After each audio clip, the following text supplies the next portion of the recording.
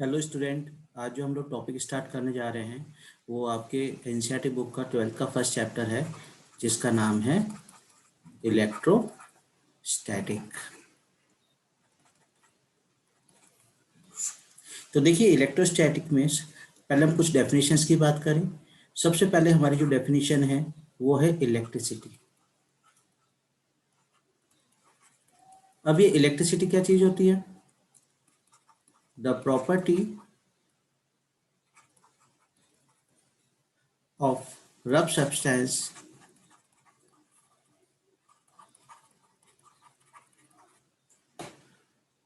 Due to which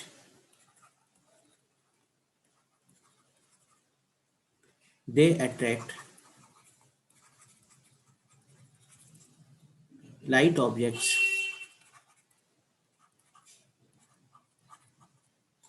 is called electricity. तो देखिए, कभी भी जब दो बॉडी को हम लोग रब कर रहे हैं, जैसे बचपन में हम लोग क्या करते थे कि कुछ पेपर्स को हम लोग छोटे छोटे टुकड़े कर लेते थे और स्केल को अपने हेड पर रब करते थे, और जब स्केल को हम लोग पेपर्स के पास लाते थे तो वो उन छोटे छोटे पेपर्स को अट्रैक्ट करते थे। तो ये जो प्रॉपर्टी रबिंग की वजह से हुई है, इसको हम लोग कहते हैं इलेक्ट्रिसिटी। अच्छा, अब अगर हम यहाँ पे अब बात कर रहे हैं फ्रिक्शनल इलेक्ट्रिसिटी की, फ्रिक्शनल और हम कैसे स्टैटिक इलेक्ट्रिसिटी। तो फ्रिक्शनल इलेक्ट्रिसिटी या स्टैटिक इलेक्ट्रिसिटी क्या होती है? The electricity developed due to rubbing और फ्रिक्शन। ठीक है, चलिए। अब the rub substance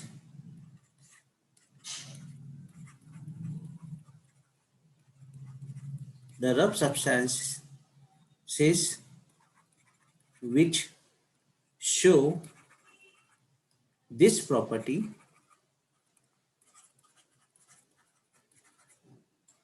of attraction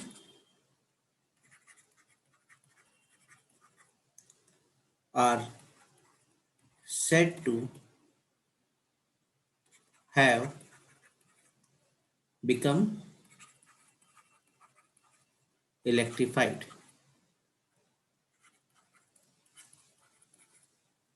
और इलेक्ट्रिकली चार्ज।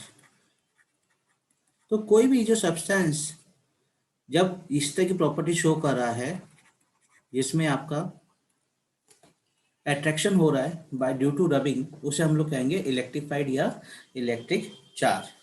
अच्छा, अब एक और इम्पॉर्टेंट बात, जब आपके charge particles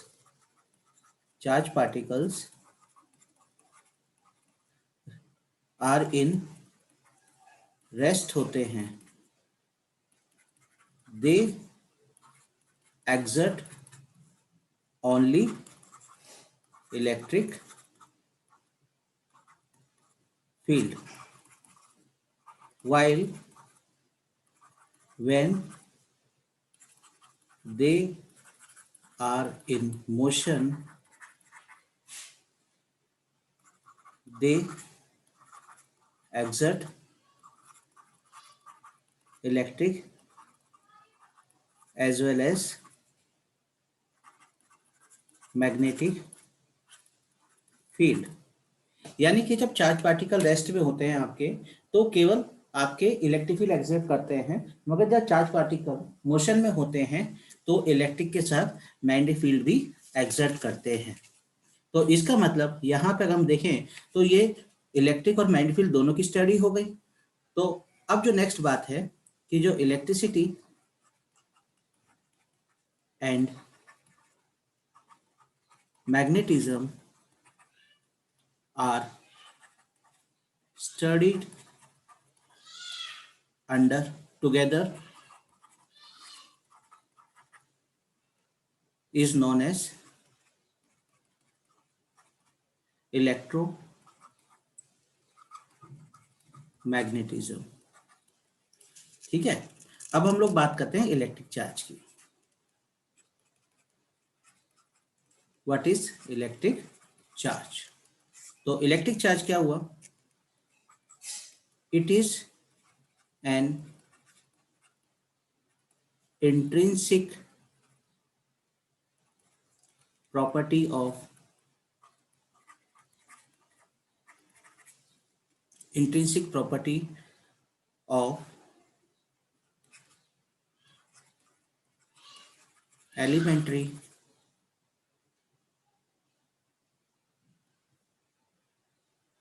particles of matter which give rise to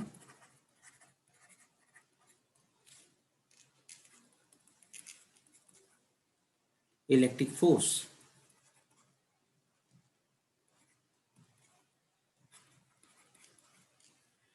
between various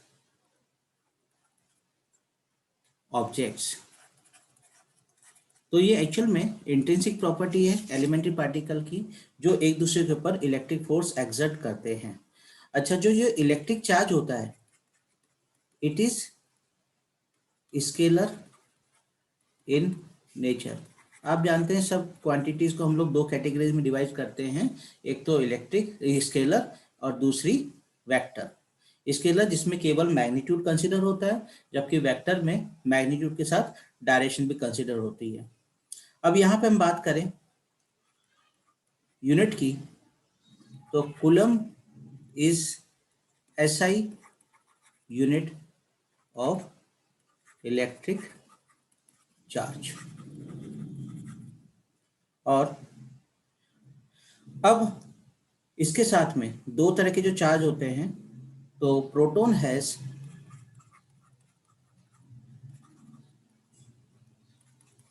positive charge while electron has negative charge. तो प्रोटॉन में पॉजिटिव चार्ज होता है और इलेक्ट्रॉन में नेगेटिव चार्ज होता है, और इनको हम लोग ई से रिप्रेजेंट करते हैं। तो इसका मतलब प्रोटॉन में प्लस ई हो जाएगा और इलेक्ट्रॉन के केस में माइनस ई आपका हो जाएगा। अब जो नॉर्मली एटम जिसमें number of proton equal to number of electron होते हैं, ऐसी बॉडी को हम लोग इलेक्ट्रिकली न्यूट्रल बॉडी कहते हैं। इलेक्ट्रिकली न्यूट्रल होता है। मगर अगर मान लीजिए किसी बॉडी में से हम लोग कुछ इलेक्ट्रॉन्स को निकाल लें, अब क्योंकि जब नॉर्मल जो न्यूट्रल बॉडी है उसमें इक्वल नंबर ऑफ प्रोटॉन और इक्वल नंबर ऑफ इलेक्ट्रॉन है, अब अगर उसमें से मैं कुछ इलेक्ट्रॉन्स को मैं निकाल लेता हूं, तो there is some deficiency of electron. और जब डेफिशिएंसी ऑफ इलेक्ट्रॉन, जो नेगेटिव चार्ज है, हमने नेगेटिव को कम कर दिया, तो it become positive charge body. मेरी बात समझ में आई? चलिए, तो अब दूसरे केस में अगर मान लीजिए मैं कुछ और इलेक्ट्रॉन्स को लेके कहीं से बॉडी को दे दूं, तो क्या हो जाएगा, न्यूट्रल बॉडी में अब एक्सेस ऑफ इलेक्ट्रॉन हो जाएगा, और जब एक्सेस ऑफ इलेक्ट्रॉन होगा तो body become negative charge body. मेरी बात शायद समझ में आ गई होगी आप लोगों को। चलिए, अब हम लोग बात करें नेक्स्ट डेफिनेशन की, इलेक्ट्रोस्टैटिक। इलेक्ट्रोस्टैटिक, अभी जैसे यहाँ नाम से पता चल रहा है, इसमें दो वर्ड है, एक तो इलेक्ट्रो है और एक स्टैटिक है। इलेक्ट्रो का मतलब होता है इलेक्ट्रिक चार्ज और स्टैटिक का मतलब होता है रेस्ट। तो हम यहाँ पे कहें द स्टडी ऑफ चार्जेस, या मैं कहूँ electric charges, when they are in rest, that study is known as electrostatic. अभी थोड़ी देर पहले मैंने आपसे टाइप ऑफ चार्जेस के बारे में बात करा था, तो टाइप ऑफ चार्जेस के अगर मैं वापस डिस्कस कर रहा हूँ मैं आपसे, तो टाइप ऑफ चार्जेस में आपके दो काइंड के चार्ज होते हैं, एक पॉजिटिव चार्ज और एक नेगेटिव चार्ज। पॉजिटिव चार्ज तब डेवलप होता है जब आपका डेफिशिएंसी ऑफ इलेक्ट्रॉन्स हो एक न्यूट्रल बॉडी में, और नेगेटिव चार्ज बॉडी तब होता है जब हमारी न्यूट्रल बॉडी में एक्सेस ऑफ इलेक्ट्रॉन्स होते हैं। दूसरी बात, जो लाइक चार्ज होते हैं, लाइक चार्जेस रिपेल करते हैं, वाइल जो अनलाइक चार्जेस होते हैं वो अट्रैक्ट करते हैं एक दूसरे को। ठीक है, और ये वाली जो प्रॉपर्टी है like charges repel while unlike attract each other, ये आपका फंडामेंटल लॉ ऑफ इलेक्ट्रोस्टैटिक है।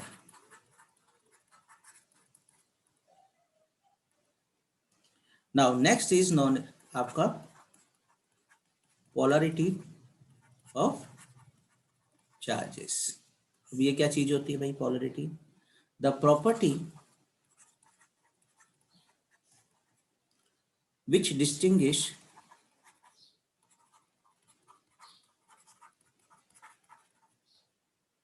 two kind of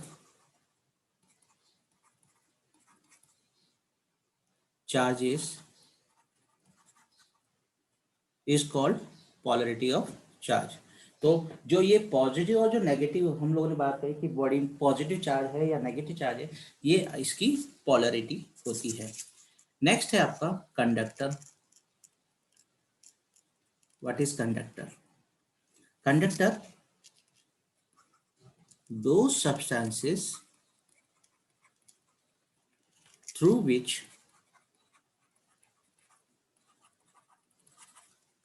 electric charges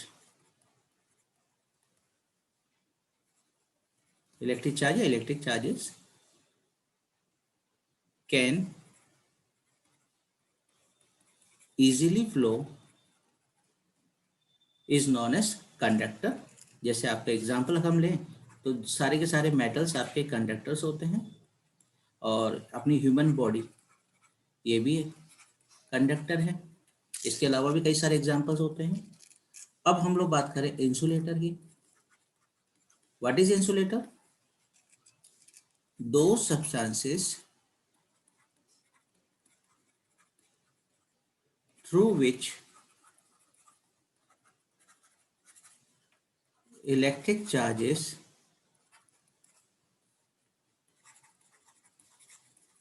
cannot easily flow is known as insulator। तो जिन बॉडी में से अगर इलेक्ट्रिक चार्ज फ्लो नहीं करता है उन्हें हम लोग इंसुलेटर कहते हैं। जैसे आपका वुड हो गया, प्लास्टिक हो गया, डायमंड हो गया, ये कुछ एग्जांपल्स हैं। इसके बाद हम लोग बात कर रहे हैं अर्थिंग की। आई थिंक आप लोगों को समझ में आ रहा है।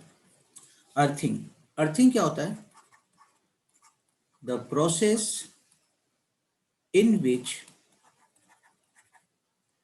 Body shares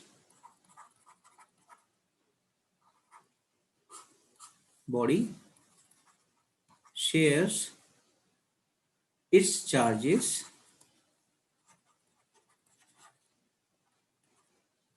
with earth is known as grounding और अर्थिंग। अभी देखिए ग्राउंडिंग या अर्थिंग में क्या है, एक्चुअल में हमारे जो घर पे सप्लाई आ रही है, हमारे घर में आपने स्विच बोर्ड्स देखे होंगे जिनमें जितने भी हैवी डिवाइसेस उसमें 3 प्लग वाले स्विचेस लगते हैं।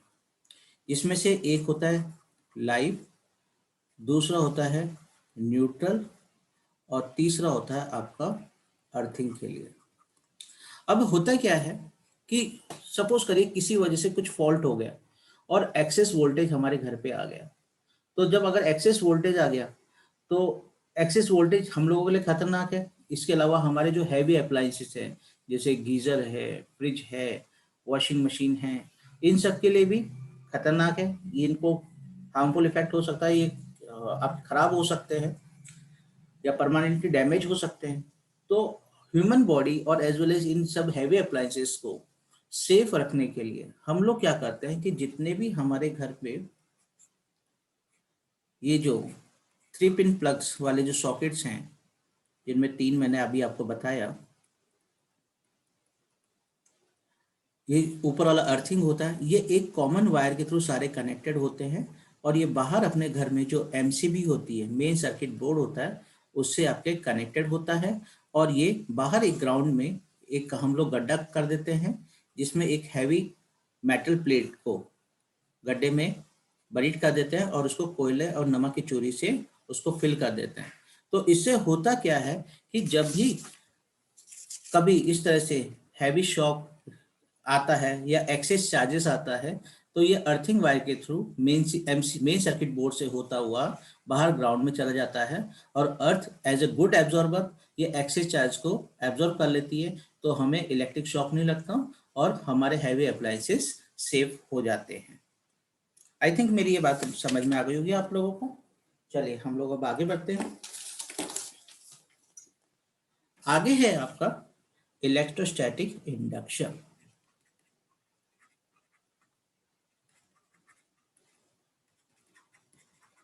इलेक्ट्रोस्टैटिक इंडक्शन, अब ये क्या चीज होती है? It is phenomenon of temporary electrification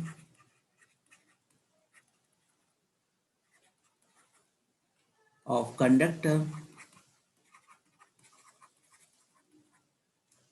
in which opposite charges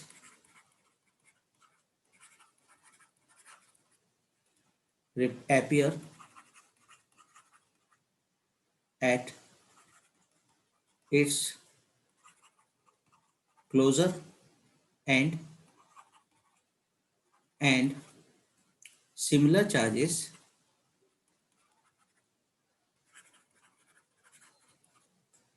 appear at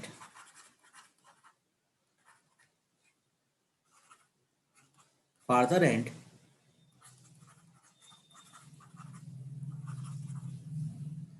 in presence of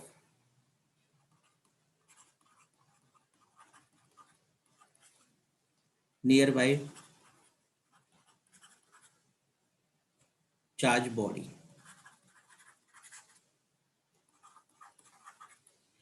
देखिए मैं इस चीज को समझाता हूँ आपको।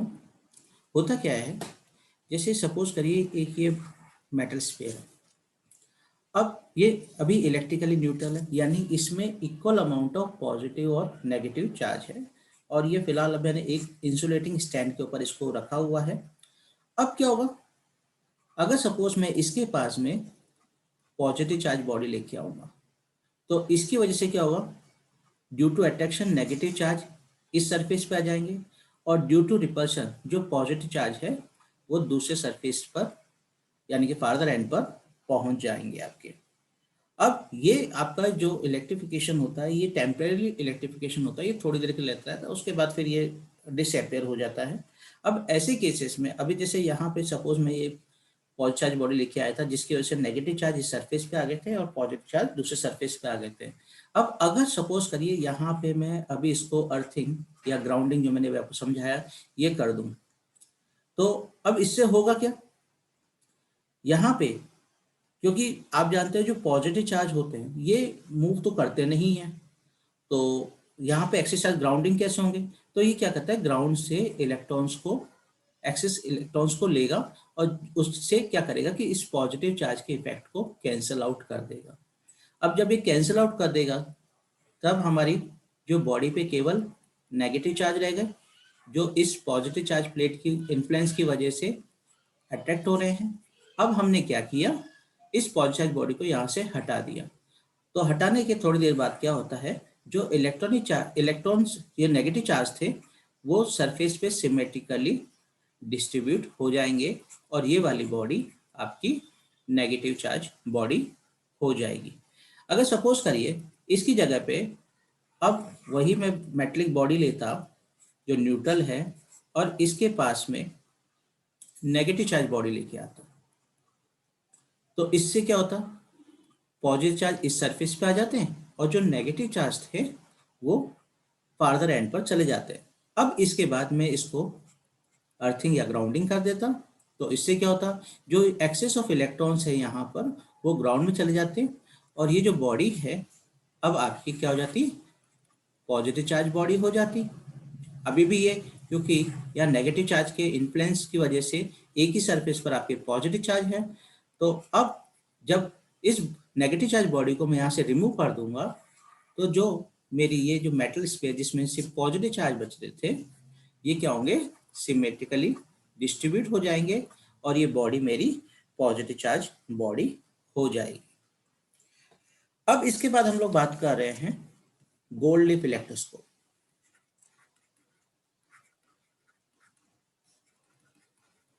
अब ये गोल्ड लीफ इलेक्ट्रोस्कोप है क्या चीज।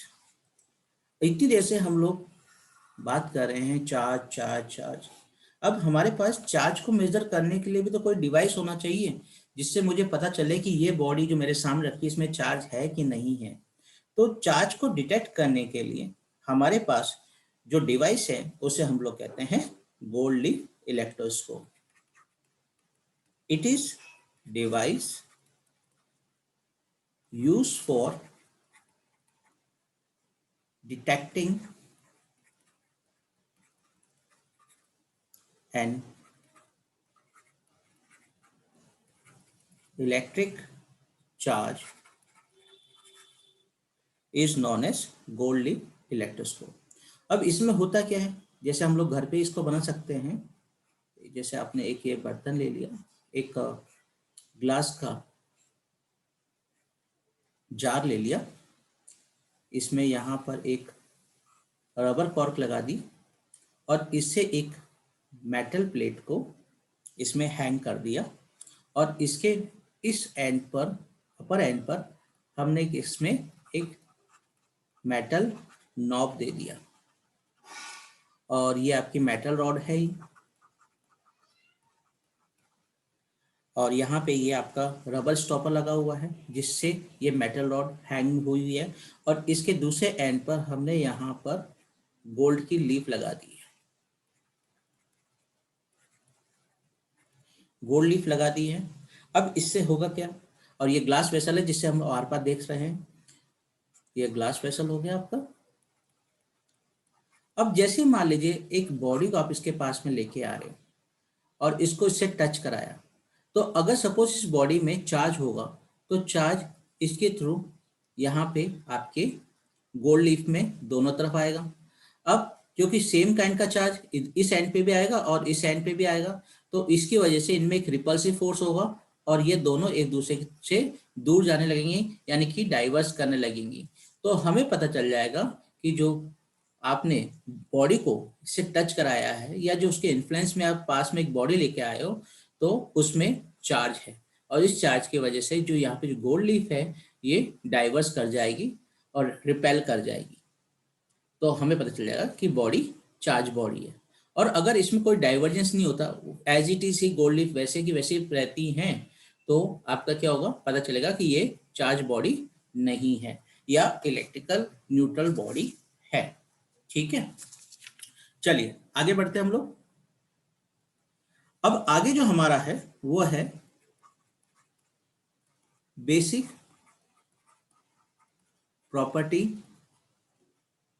Of electric charge. देखिए इलेक्ट्रिक चार्ज की बेसिकली तीन ही प्रॉपर्टी है। पहली है एडिटिविटी, दूसरी है क्वांटाइजेशन और जो तीसरी है वो है कंजर्वेशन ऑफ चार्ज। तो सबसे पहले हम एडिटिविटी की बात करें। एडिटिविटी ऑफ चार्ज, तो एडिटिविटी ऑफ चार्ज क्या कहता है कि total charge of system is algebraic sum of all individual charges located at different points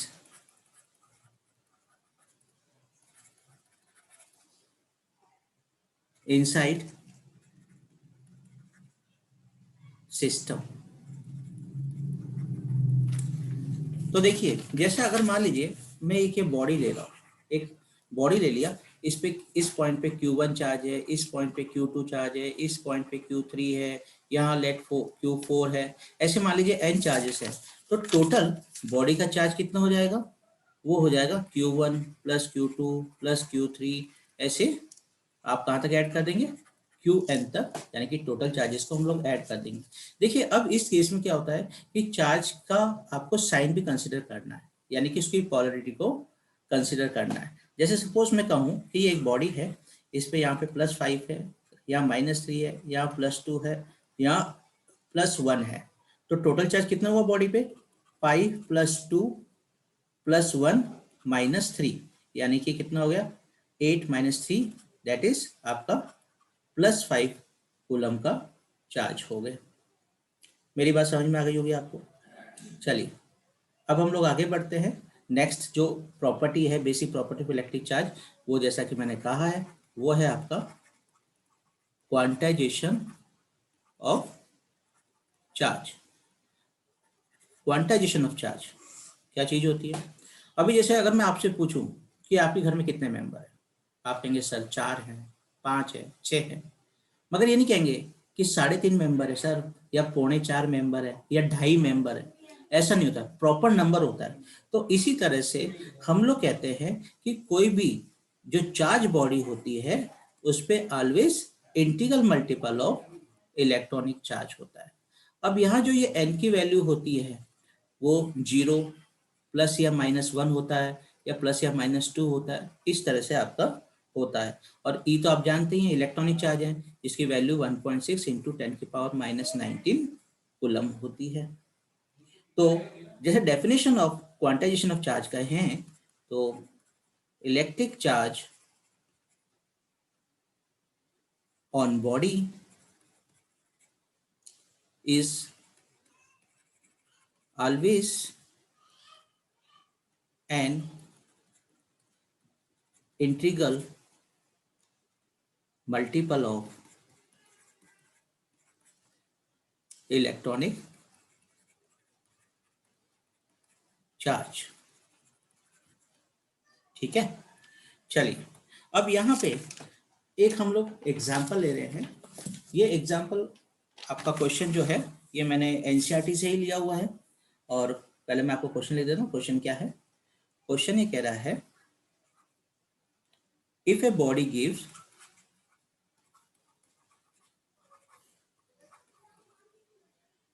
out 10⁹ electrons every second, how much time is required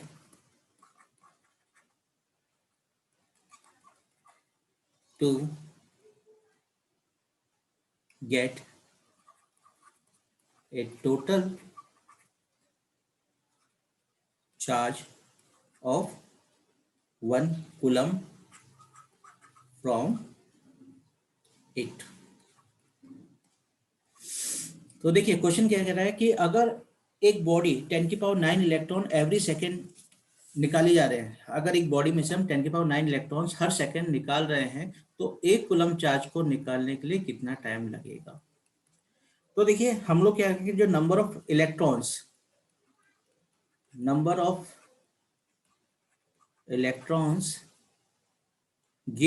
given out by body in 1 second equal to 10⁹, तो charge given out by body in 1 second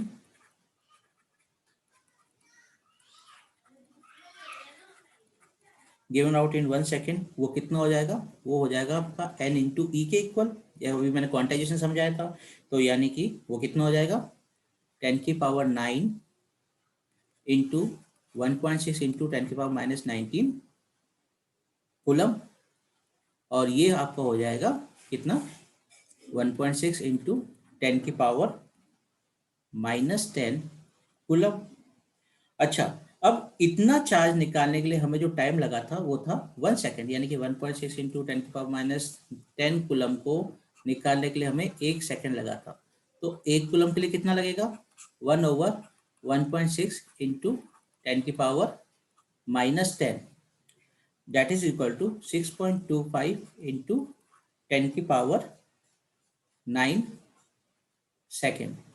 और अब इसको अगर हम लोग ये उसमें convert करें, इसको 365 से डिवाइड कर रहे हैं, 24 इंटू 60 इंटू 60 से अगर हम इसे डिवाइड करते हैं ताकि हम इसे ईयर्स निकाल सकें कि कितने ईयर्स होते हैं, तो ये आपका जो होगा 198.18 ईयर्स होगा।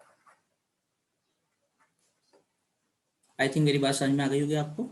तो मैंने जैसे इस क्वेश्चन में कहा था कि अगर एक बॉडी से 10⁹9 इलेक्ट्रॉन्स हम एवरी सेकंड निकाल रहे हैं तो टोटल 1 कूलम चार्ज निकालने के लिए कितना टाइम लगेगा।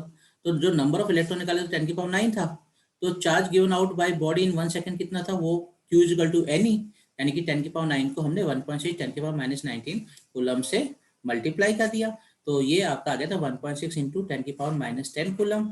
तो अब 1.6 10⁻⁻10 कूलम चार्ज को निकालने के लिए हमें टाइम लगा था 1 सेकेंड, तो एक कूलम को निकालने के लिए कितना सेकंड लगेगा 1/1.6 10⁻⁻10 सेकेंड्स लगेंगे।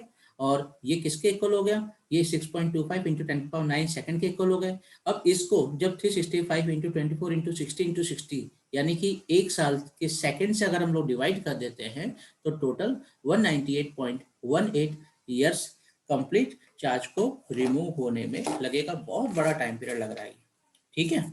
चलिए इसके बाद अब हम बात करें conservation of charges.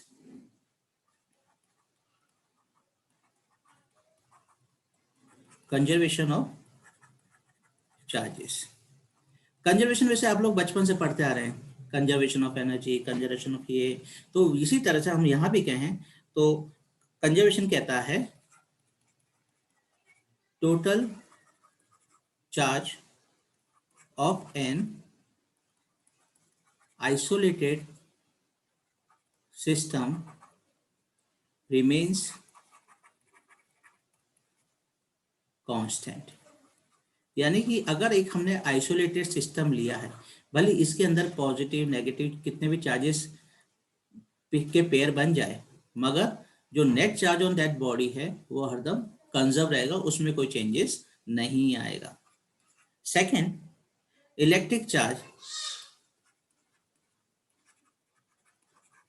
neither be created nor be destroyed,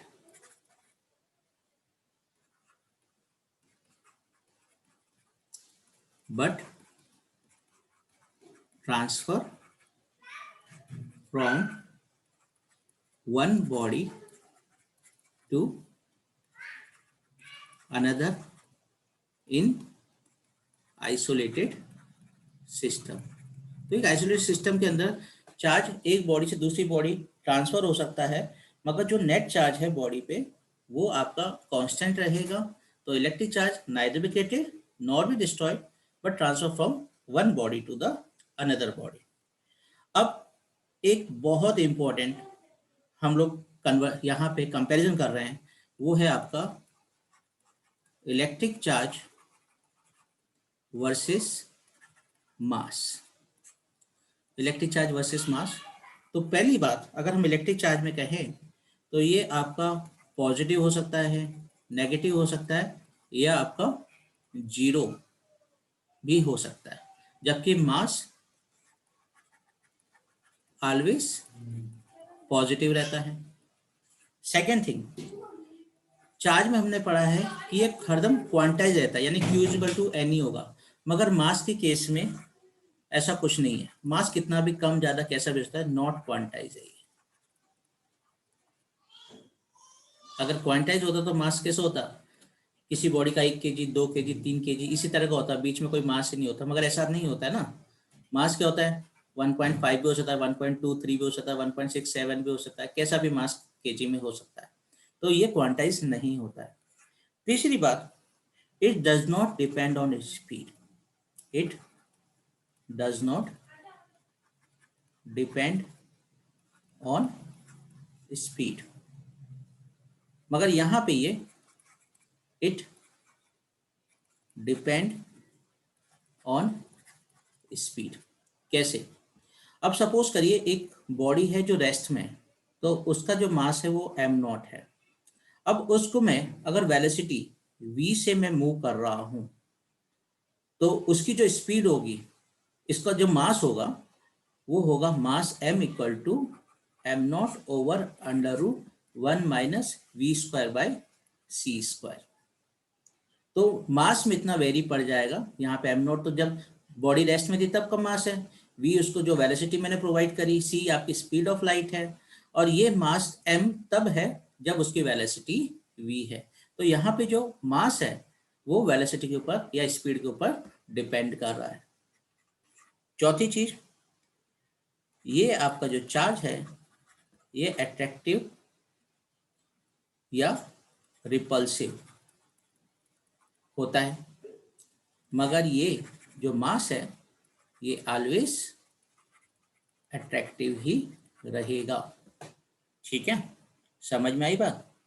अच्छा, लास्ट एंड फाइनल बात, एवरी चार्ज बॉडी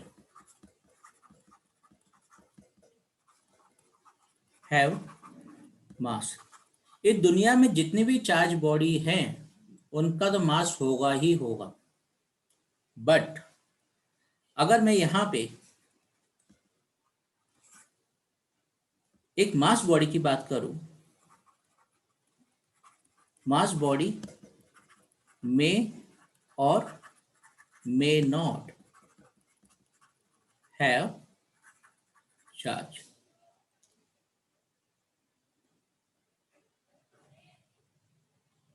may और may not have charge। तो ये अभी जो पूरा आर्टिकल था ये हमने चार्ज के ऊपर बात करी थी। अब अगले आर्टिकल से हम लोग कुलम्स लॉ के बारे में बात करेंगे। आई होप आपको सब समझ में आ गया होगा, और आप या आपके और फ्रेंड जिनको ऑनलाइन ट्यूशन्स की रिक्वायर्ड हो वो मुझे मेरे मोबाइल नंबर 9928670594 पे कांटेक्ट कर सकता है, और मेरा नाम है धीरज सर। आई होप आज जो मैंने आपको बताया ये सब आपको समझ में आ गया। फिर भी कोई डाउट है आप मुझसे मेरे व्हाट्सएप नंबर पे कॉल कर सकते हैं। थैंक यू, आज के लिए इतना ही, बाय।